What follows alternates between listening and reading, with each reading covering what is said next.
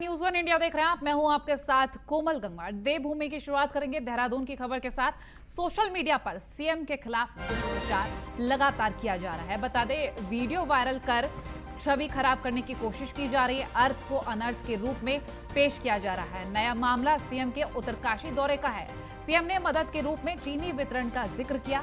Corona काल में ration kit के बारे में बता रहे थे इस दौरान सीएम, और वीडियो को आधा अधूरा काट कर डाला गया है। फिलहाल आपको बता दें, राशन किट के बारे में जब बता रहे थे तो उन्हीं बयानों को एडिट करके सोशल मीडिया पर लगातार वायरल किया जा रहा है सीएम तीरथ सिंह रावत की छवि को खराब करने के लिए।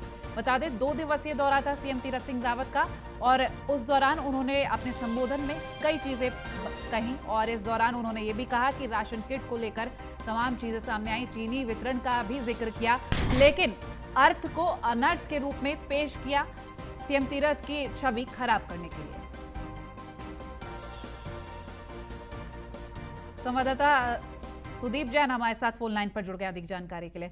सुदीप, आपसे जानेंगे, ये जो वीडियो वायरल किया जा रहा है, क्या कुछ जांच में सामने आया? क्योंकि 2 दिवसीय उत्तरकाशी का दौरा अर्थ को अनर्थ के रूप में पेश किया जा रहा है। जी देखिए, मुख्यमंत्री 2 दिन के उत्तरकाशी दौरे पर हैं और थोड़ी देर में उत्तरकाशी से वो चलने वाले हैं। कल मुख्यमंत्री ने एक सभा के दौरान ये बताया लोगों को कि भाई, जो पहाड़ में आपदा आई या कोविड काल है, इसमें सरकार ये व्यवस्था कर रही है कि राशन के साथ चीनी भी उपलब्ध हो। चीनी अभी तक दी नहीं गई है। उनका कहने का आशय ये था कि आजादी के बाद से लेकर अब तक जो भी घटनाक्रम हुए, लेकिन उसको पेश इस तरीके से कुछ लोगों ने शुरुआती एक पार्ट को ही चलाया सोशल मीडिया पे कि आजादी के बाद चीनी नहीं मिली, जबकि यदि पूरा सेंटेंस समझें तो स्पष्ट है कि आजादी के बाद किसी भी आपदा में, जैसा कि पूरा वीडियो में खुद मुख्यमंत्री बोल रहे हैं, तो ये समझा जा सकता है। जिस तरीके से पूर्व में चमोली में जब मुख्यमंत्री दौरे पर थे, उन्होंने कहना वैक्सीनेशन चाहा था पर उसे ऑक्सीजन से जोड़कर चलाया गया, तो ये कहीं ना कहीं बताता है कि कुछ लोग बयानों को तोड़ मरोड़ के गलत तरीके से पेश करके सोशल मीडिया में एक अनावश्यक हवा बना रहे हैं, एक अनावश्यक दबाव बना रहे हैं, और कहीं ना कहीं ये मुख्यमंत्री की छवि खराब करने, उनके अच्छे कार्य, जो तेजी से कोविड कंट्रोल हुआ है, सरकार की पॉलिसी सफल हुई है, लोगों में रिकवरी रेट बढ़ा है, देहरादून में जहां 4000 केस थे वो 400 आ गए, तो इन सारी का कहीं ना कहीं ध्यान भटकाने के लिए ऐसा मालूम होता है किया जा रहा है। और इस पर कहीं ना कहीं अब सरकार भी चिंतित है। हालांकि कोई आधिकारिक रूप से अभी तक इस मामले की जांच के आदेश तो नहीं दिए गए हैं, लेकिन सरकार ने इसे सूत्र बताते हैं गंभीरता से लिए हैं।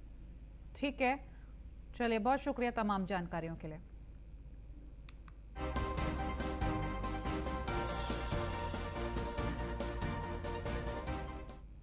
और खबर देहरादून से ही है। सीएम तीरथ सिंह रावत जानकी चट्टी यमुनोत्री पहुंचे। बता दें, विधायक की स्वर्गीय मां को श्रद्धांजलि दी है उन्होंने। सीएम ने शोकाकुल परिवार को सांत्वना दी। राज्य मंत्री स्वतंत्र प्रभार यतीश्वर आनंद भी मौजूद रहे इस दौरान।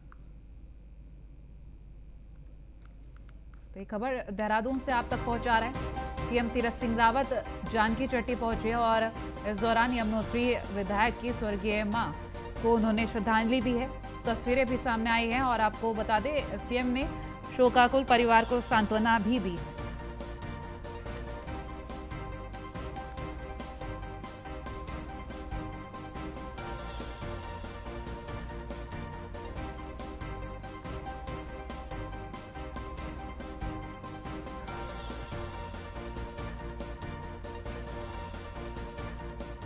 खबर देहरादून से ही। हिंदी पत्रकारिता दिवस है आज। सीएम तीरथ सिंह रावत ने मीडिया कर्मियों को इसको लेकर बधाई दी है। उन्होंने कहा कि स्वतंत्रता में हिंदी पत्रकारिता की अहम भूमिका रही है। पत्रकारों ने जन जागरूकता में अपना अहम योगदान दिया है। कोरोना के प्रति लोगों को जमकर जागरूक भी कर रहे हैं। उत्तराखंड में हिंदी पत्रकारिता का स्वर्णिम इतिहास भी रहा है।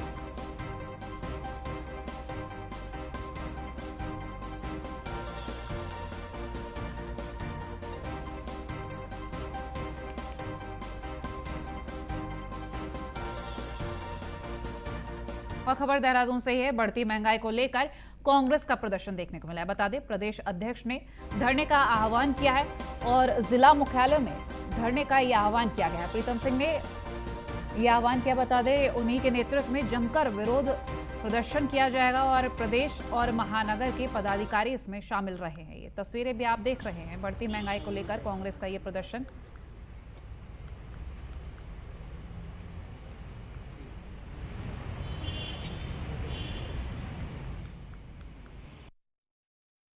उसको घोटाला नहीं कह सकते, जो मेरी जानकारी मैंने ली है।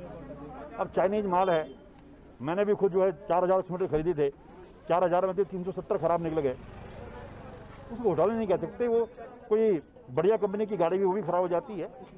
तो लेकिन हमारे जो विपक्ष के मित्र हैं उनको हर चीज़ में घोटाला दिखाई देता है, क्योंकि उन्होंने जिंदगी भर घोटाले ही किए हैं, तो उनको हर चीज़ में घोटाला दिखाई देता है। बेहतर होता है विपक्ष जनता के साथ खड़ा होता है। मैं पूछना चाहता हूँ अपने विपक्ष के मित्रों से, तो आप बिलों से बाहर निकल रहे हैं। जब कोरोना पीक पर था और भारतीय जनता पार्टी का कार्यकर्ता जनता के बीच में रहकर जनता के दर्द को बांट रहा था, अब कहाँ था? आप तो आज जरा कोरोना कम हो गया तो बिल से बाहर निकले, आप तो घरों से बाहर नहीं आ रहे थे। और भारतीय जनता पार्टी का चाहे छोटा कार्यकर्ता हो चाहे बड़ा कार्यकर्ता हो, और माननीय मुख्यमंत्री जी ने तो कोरोना की गंभीरता को देखते हुए हर जिले के प्रभारी मंत्री नियुक्त किए हैं। मुझे सबसे सेंसिटिव जिला देहरादून दिया और मैं लगातार एक दिन भी चैन से नहीं बैठा हूँ। रेसिडेंट एडिटर हमारे साथ फोन लाइन पर जुड़ गए हैं। फहीम, ये जो प्रदर्शन किया जा रहा है, आखिर कोरोना काल में इस तरीके का प्रदर्शन करना क्या जिम्मेदाराना हरकत है? फहीम, मेरी आवाज मिल पा रही है आपको?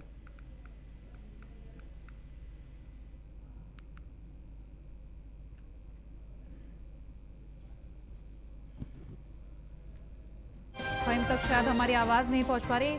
फहीम, मेरी आवाज मिल रही है आपको? तो बढ़ती महंगाई को लेकर प्रदेश अध्यक्ष ने धरने का आह्वान किया है। इस कोरोना काल में ये धरना प्रदर्शन किया गया। बता दें, प्रदेश और महानगर पदाधिकारी इस दौरान मौजूद रहे, तमाम जिम्मेदार लोग मौजूद रहे।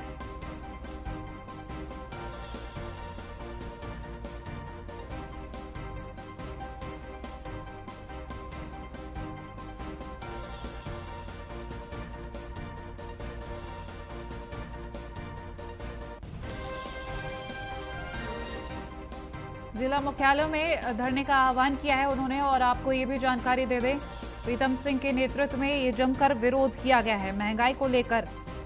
फहीम एक बार फिर से हमारे साथ जुड़ गए। फहीम, बढ़ती महंगाई को लेकर ये जो प्रदर्शन किया जा रहा है इस कोरोना काल में, इस प्रदर्शन को इतना ज्यादा प्रायोरिटी दी जा रही है कांग्रेस कार्यकर्ताओं की तरफ से, आखिर क्यों?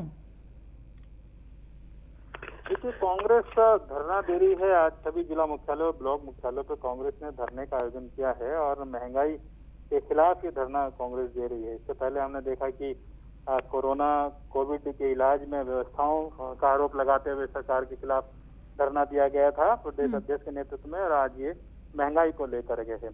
कांग्रेस का कहना है कि महंगाई, चाहे वो घर की आम जरूरतों की चीजें हैं, चाहे गैस की कीमतें हैं, पेट्रोल की कीमतें हैं, वो तमाम कीमतें बढ़ रही हैं। कोरोना काल में एक तरफ व्यवस्थाओं की जहां आरोप है कांग्रेस का, वहीं ये भी है कि ऐसे समय में जब आम आदमी बीमारी इलाज में परेशान है, उसके खर्च ज्यादा है, कमाई कम हो गई है, ऐसे में महंगाई भी बढ़ रही है और सरकार को उस पर नियंत्रण करना चाहिए। इन मुद्दों को लेकर के कांग्रेस का ये एक तरीके से आंदोलन चल रहा लगातार, जिसमें धरने दिए जा रहे हैं। आज धरना इस बात को लेकर का था। जाहिर सी बात है कि कोरोना काल में जहां भी सबके एक दूसरे के सहयोग और आपसी समन्वय से आगे बढ़ने की जरूरत है, लोगों की हेल्प की जरूरत है, वहां पर कांग्रेस धरना दे रही है। जाहिर सी बात है कि सरकार को कहीं ना कहीं कटघरे में खड़ा करने की कोशिश है। और एक बात तो साफ है इसमें कि जहां अब कोरोना का ये समय चल रहा है, उस समय चुनावी साल भी है, और चुनावी साल में कोई भी ऐसा मुद्दा जो सरकार को कटघरे में खड़ा कर सकता हो या बीजेपी पर सवाल खड़ा कर सकता हो कार्यशैली पर, ऐसे किसी भी विषय को कांग्रेस विपक्ष के तौर पर छोड़ना नहीं चाहेगी। और इसी के मद्देनजर ये चुनावी माहौल भी तैयार करने की कोशिश है कि सरकार के खिलाफ भी धरना और इस तरीके के आंदोलन चलते रहे। तो ये दोनों ही बातें हैं। एक तरफ जहां आपसी सहयोग से आगे बढ़ने की जरूरत भी है, दूसरी तरफ राजनीतिक दल होने के नाते कांग्रेस राजनीति की तरफ भी देख रही है, क्योंकि अभी चुनावी साल में वो राजनीतिक माहौल भी उस तरीके से बनाने की शायद जरूरत भी है वक्त की, और ये कांग्रेस उसी तरफ चल रही है। ठीक है फहीम, बहुत शुक्रिया तमाम जानकारी के लिए।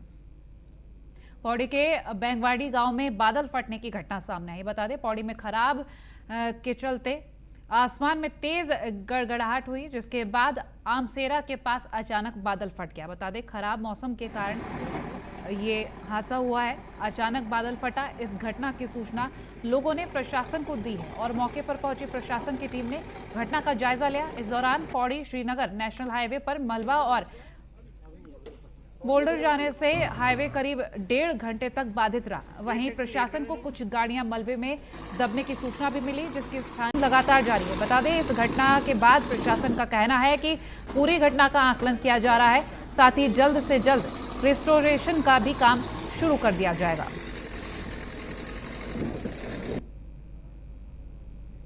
श्रीनगर रोड पे बेंगवाड़ी गांव है, वहाँ पे लगभग 3:45 बजे बादल फटने की घटना हुई। तो मैं मौके पे गया था और हमारी राजस्व और पुलिस प्रशासन की पूरी टीम मौके पे गई है।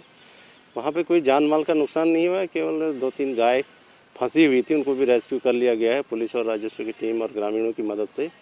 और कुछ लोगों के 1-2 गाड़ियों नुकसान होने की संभावना या और इनको बताया जा रहा है, सूचना बताया जा रहा है। और जो रोड थी अभी खोल दी गई है। और मुझे फ़ोन के माध्यम से पता चला कि एक आवाज़ टाइप की गांव में आई है, तो मैं उसी समय से मैंने आपदा कंट्रोल रूम और डिस्ट्रिक्ट का जो आपदा कंट्रोल रूम बना हुआ है, मैंने वहां सूचना दे दी थी। लेकिन बहुत अच्छा रिस्पांस मुझे मिला है। थाने से इंस्पेक्टर साहब भी यहां पे 4:30 बजे से यहां पे खड़े हैं और जब मशीनें आई तभी वो यहां से गए। एसडीएम साहब यहां पे मौके पे मौजूद हो गए थे। शासन प्रशासन का मैं ग्राम सभा प्रधान के नाते बहुत बहुत धन्यवाद करती हूँ कि समय पे वो लोग हमारे एक सूचना पे यहाँ पे पहुँचे हैं। बादल फटने से बहुत नुकसान हमारी खेती को भी हुआ है, लेकिन ईश्वर का शुक्र है कि जानमाल का कोई खतरा नहीं हुआ है। मुकेश बचेती हमारे साथ जुड़ गए हैं पौड़ी से। मुकेश, आपसे जानकारी लेंगे। रिस्टोरेशन का काम तो जल्द शुरू होने की बात कही गई है, लेकिन ये जो घटना हुई है इसमें क्या नुकसान हुआ है, क्या अपडेट है? बताना चाहूंगा कि जो ग्राम प्रधान मधु कुसारे, उनकी तत्परता थी कि जो ये बादल फटाया है उसमें तुरंत ही एक्शन लिया गया। जो आपदा प्रबंधक की टीम थी वो मौके पे पहुंची और रेस्क्यू वहां पे शुरू किया गया। जो मवेशी फंसे गए थे उनको बाहर निकाल दिया गया है और जो नुकसान की बात है उसका जायजा जिला प्रशासन द्वारा लिया जा रहा है। और जो भी राहत, जो भी राशि होगी वो जल्द ही इसके जो भी जब इसकी कार्रवाई पूरी हो जाएगी उनको दे दी जाएगी। फिलहाल जो रिस्टोरेशन का काम है कितना वक्त बताया जा रहा है? जी, अब जो आवाजाही है पौड़ी श्रीनगर मोटर मार्ग पर, जो आवाजाही है वो सुचारू रूप से चालू हो गई है। अब जो काफी 2 घंटे की मशक्कत का जिला प्रशासन को यहाँ पे सामना करना पड़ा था, उसके बाद ये मार्ग खुलाया जा सका है। मगर जो अब आवाजाही है वो पूरी तरह से सुचारू रूप से चलने लगी है। ठीक है, चलिए, बहुत शुक्रिया तमाम जानकारी के लिए मुकेश। और कोरोना संकट के इन दुखद परिस्थितियों में जहां हर कोई अपनी मदद जरूरतमंद लोगों तक पहुंचा रहा है, वहीं पौड़ी के कुछ लोग लगातार असहाय लोगों तक अपनी मदद पहुंचाने में लगे हैं।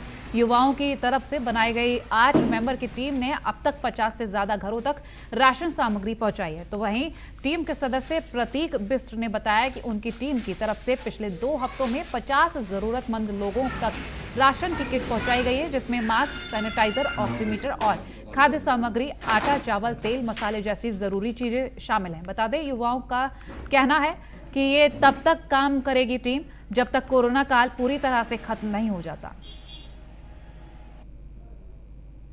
हम पिछले 1 साल से हम लोग सब घर में बैठे हुए थे, तो हम देख रहे थे कि ना तो लोगों को बेड मिल पा रहे हैं, ना O2 सिलेंडर मिल पा रहे हैं, ना मेडिसिन मिल पा रही है प्रॉपर। कई सारे ज़रूरतमंद ऐसे हैं जिनको घर घर में राशन भी नहीं मिल पा रहा है, जिनके घर में माँ बाप नहीं है, या जो बुजुर्ग लोग हैं जिनके बच्चे यहाँ नहीं रहते हैं, उन्हें भी हम राशन प्रोवाइड कर रहे हैं।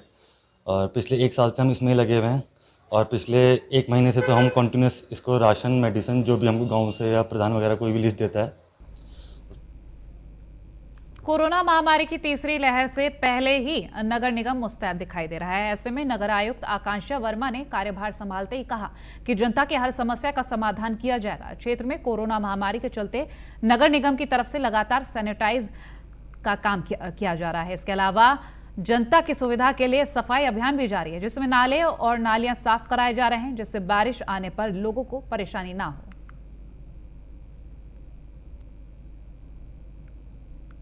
देखिए, मैंने कल ज्वाइन किया है नगर आयुक्त। सबसे पहले तो आप सभी का बहुत बहुत शुक्रिया, सभी काशीपुर के सभी लोगों का शुक्रिया और मेरा इतना स्वागत करने के लिए।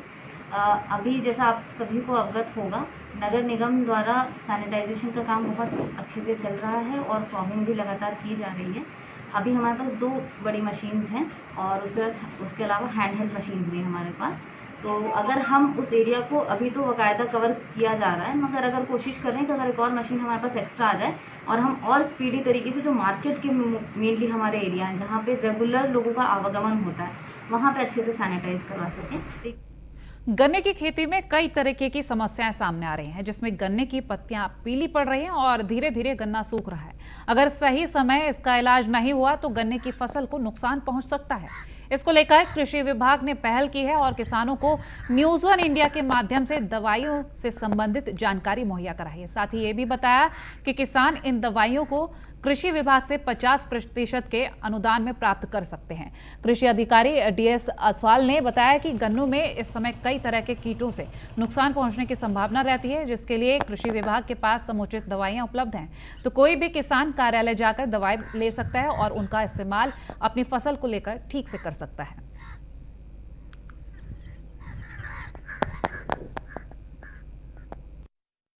में 2 टाइप के वो लगते हैं, जैसे कीट है।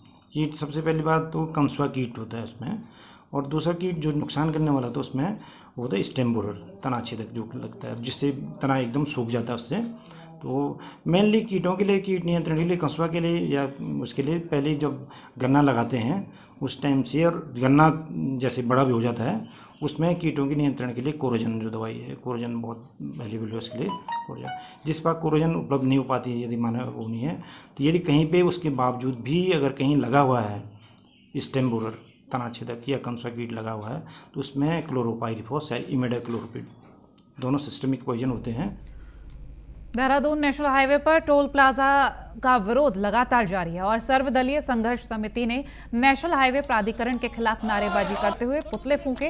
रायवाला के सत्यनारायण मंदिर में सर्वदलीय संघर्ष समिति का गठन किया गया, जिसे संबोधित करते हुए पूर्व कैबिनेट मंत्री शूरवीर सिंह ने बीजेपी सरकार पर आरोप लगाए हैं और कहा कि जगह जगह टोल प्लाजा बनाकर जनता के साथ लूटमार की जा रही है। उन्होंने ये भी कहा कि क्षेत्रीय सांसद और विधायक को भी इस मामले में आड़े हाथों लिया जाएगा। सर्वदलीय संघर्ष समिति के संयोजक संजय पोखरियाल ने कहा कि सभी दलों के लोगों ने इस बैठक में अपनी उपस्थिति दर्ज की है, जिसमें टोल प्लाजा के विरोध को लेकर रणनीति बनाई गई। साथ ही सभी ने सहमत होकर इस आंदोलन को और उग्र बनाने पर जोर दिया और अब अगर प्रशासन इस मामले में कोई ठोस कदम नहीं लेता तो नेशनल हाईवे प्रशासन की ईंट से ईंट बजा देगा।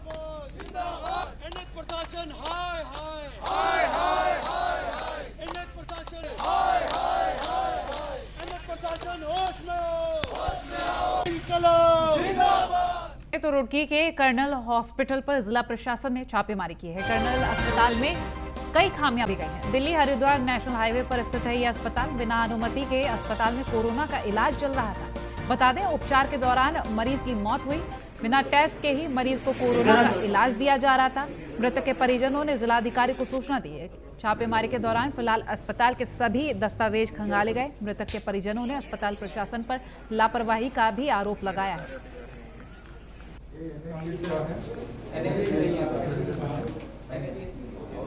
और हमने 8 साल के जोड़े कि अभी हमें जाना है।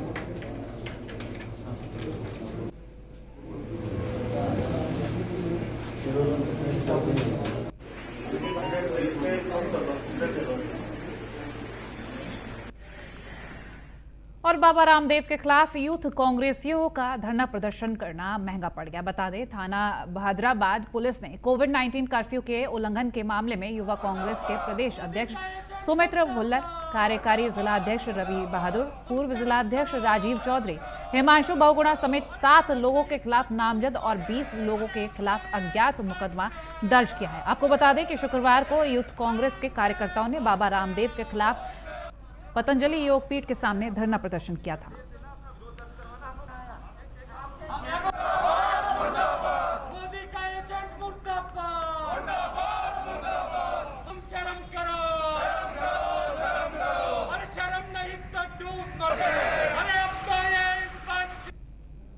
जो है कल कांग्रेस युवा मोर्चा की तरफ से प्रदर्शन का कार्यक्रम हमारा थाना बहादुराबाद का क्षेत्र में आयोजित किया गया। पहले उनका अवगत करा दिया गया कि अभी लॉकडाउन का जो गाइडलाइन चल रहा है उसका अंदर का जो कोई पॉलिटिकल धरना प्रदर्शन नहीं होगा, उसी इसका बावजूद भी उन्होंने अपने कार्यक्रम कराया। तो उनका जो डिजास्टर मैनेजमेंट एक्ट का अधिनियम और IPC द्वारा वो के अंदर जो है हमने मोहतरमा कायम किया।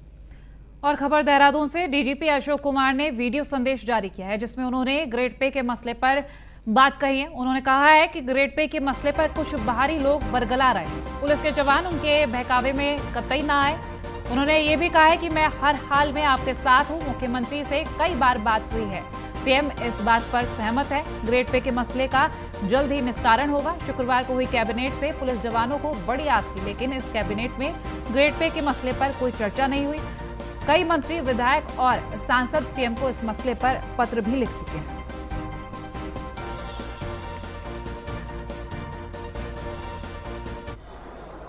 मैं सिर्फ ये कहना चाहता हूँ कि हमारे विभाग के बाहर के कुछ ऐसे लोग हैं जो नहीं चाहते कि पुलिस की छवि इतनी अच्छी हो, और वो लोग अफवाह फैला करके आप लोगों को भ्रमित करना चाहते हैं। मेरा आपसे अनुरोध है कि ऐसे लोगों के जाल में ना आए, ऐसी अफवाहों पर ध्यान न दें। मैं सिर्फ ये कहना चाहता हूँ कि हमारे विभाग के बाहर के कुछ ऐसे लोग हैं जो नहीं चाहते कि पुलिस की छवि इतनी अच्छी हो, और वो लोग अफवाह फैला करके आप लोगों को भ्रमित करना चाहते हैं। मेरा आपसे अनुरोध है कि ऐसे लोगों के जाल में ना आए, ऐसी अफवाहों पर ध्यान न दें। मैं उत्तराखंड में 18+ उम्र वालों को लगने वाली वैक्सीन खत्म हो गई। प्रदेश में वैक्सीनेशन अभियान ठप सा हो गया है। अभी टीकाकरण केंद्रों पर सिर्फ 45 साल से ऊपर वाली उम्र को जो लोग हैं उन्हीं के लिए अभियान चल रहा है। 18+ वाले लोगों को 2,54,000 वैक्सीन लग चुकी हैं, जबकि 45 से अधिक आयु वाले 5,05,000 लोगों को दोनों ही डोज लग चुके हैं। वहीं कैबिनेट मंत्री गणेश जोशी का कहना है कि राज्य सरकार की ओर से वैक्सीन प्राप्त करने और युवाओं को लगवाने के प्रयास जारी हैं। तो वहीं देहरादून के डीएम ने कहा कि जैसे ही वैक्सीन मिलेगी लगवा दी जाएगी।